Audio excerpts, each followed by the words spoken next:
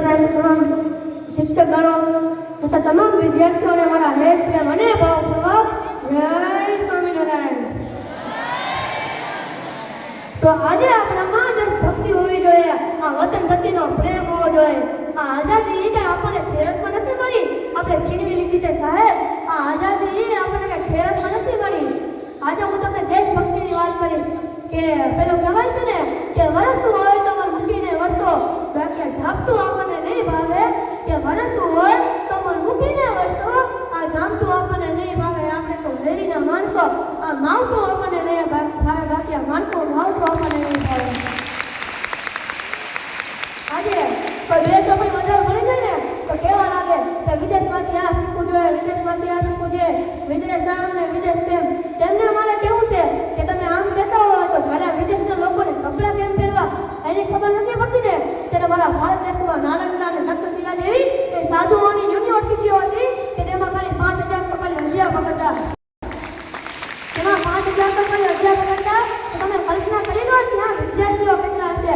આખા દુનિયાના લોકો ત્યાં અભ્યાસ માટે આવતા હતા. અમારો ભારત દેશ આખી દુનિયાને આગળ કીધો હતો અને રાહ બતાવતો હતો. અમારો ભારત દેશ આખી દુનિયાને રાહ બતાવતો હતો. આજે હિન્દીમાં ઘણી ક્લિપ સાંભળવા મળે છે કે ઘણા લોકો કહેતા હોય કે ભારતને તો कुछ नहीं था, वो तो अंग्रेजों आए, पत्नी आई, ट्रेन आई, रेल आई, कंपनी आई, उन्होंने भारत का विकास किया है. अंग्रेजों आए इसलिए हमारा भारत इतना समृद्ध है. वो कहते हैं ना कोई लोग, तो એમને મારે કેવું કે તમે આમ કહેતા હોય તો અલગ અલગ પ્રજાઓ દ્વારા ભારત ઉપર 550 વર્ષ સુધી શાસન થયું. અલગ અલગ પ્રજાઓ દ્વારા આ યહૂદી આવી, મુગલો આવ્યા, ડચ, ફિરંગીઓ, અંગ્રેજો વગેરે 550 વર્ષ રાજ્ય થયું. અને એ પ્રજા એમ કહેતી હોય કે ભારતને કુછ નહીં था, તો 550 વર્ષ સુધી શું આવ્યું ખેતર દેખાય એ અમને દવા છાંટવા આવ્યા હતા, તેમને કે ભારતને કુછ નહીં था. અને આગળ ફેલાવેલા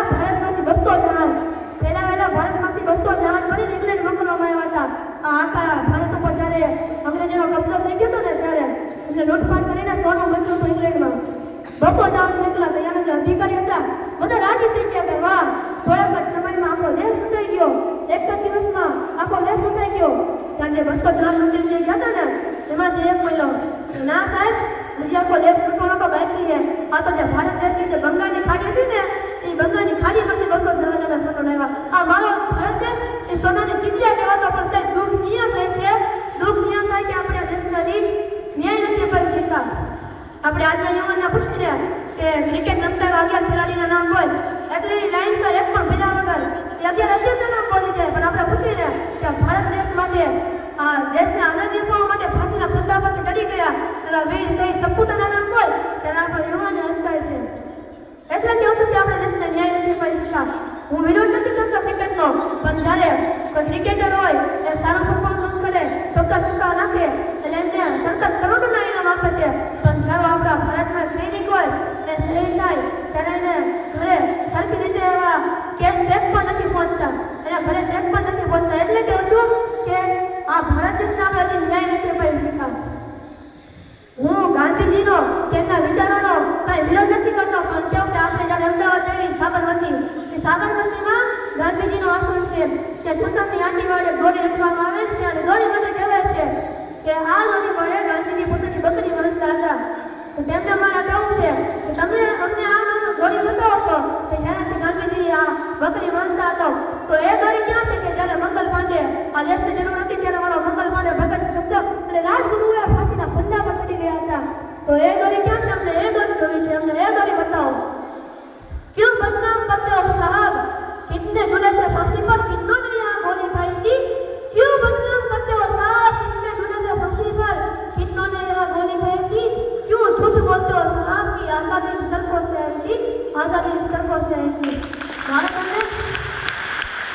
मारा तुमने प्रश्न किया कि જ્યારે રોડેટનો વિરોધ કરવામાં આવતો હતો ને ત્યારે ભારતીય ઉપર લાઠીચાર્જ કરવામાં આવ્યો હતો.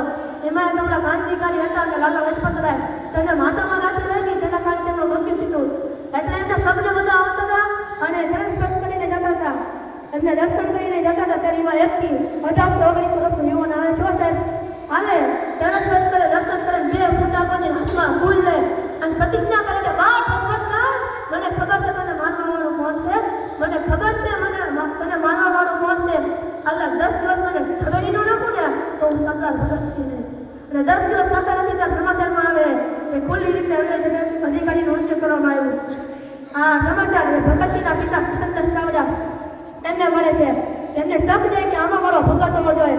અને જે ભગતસિંહના માતા છે ને વિદ્યાવતી કૌર એમને કહે કે વિદ્યાવતી કૌર, આ સમાચાર આવ્યા કે ખુલ્લી રીતે અંગ્રેજ અધિકારીની હત્યા કરવામાં આવી, આમાં મને શંકા છે, આપણો ભગત હોવો જોઈએ, આ વસ્તુમાં આપણો ભગતસિંહ હોવો જોઈએ.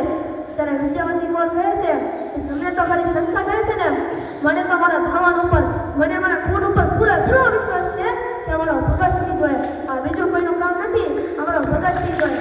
આવા આપણા ભગતસિંહ હતા. અને જ્યારે એમને ફાંસી ચડાવવામાં આવ્યો હતો ને ત્યારે એને પૂછવામાં આવ્યું કે બોલ ભગતસિંહ, તારી છેલ્લી ઈચ્છા શું છે?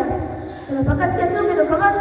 ભગતસિંહ કહે કે મને તાત્કાલિક ફાંસી ચડાવી દો, મને જલ્દી ફાંસી આપો, મારે હવે ફાંસીના ફંદા પર ચડવું છે. એટલે બધા આશ્ચર્યમાં નવા કે કેમ આવો બલિદાની તો અમે પહેલી વાર જોયો.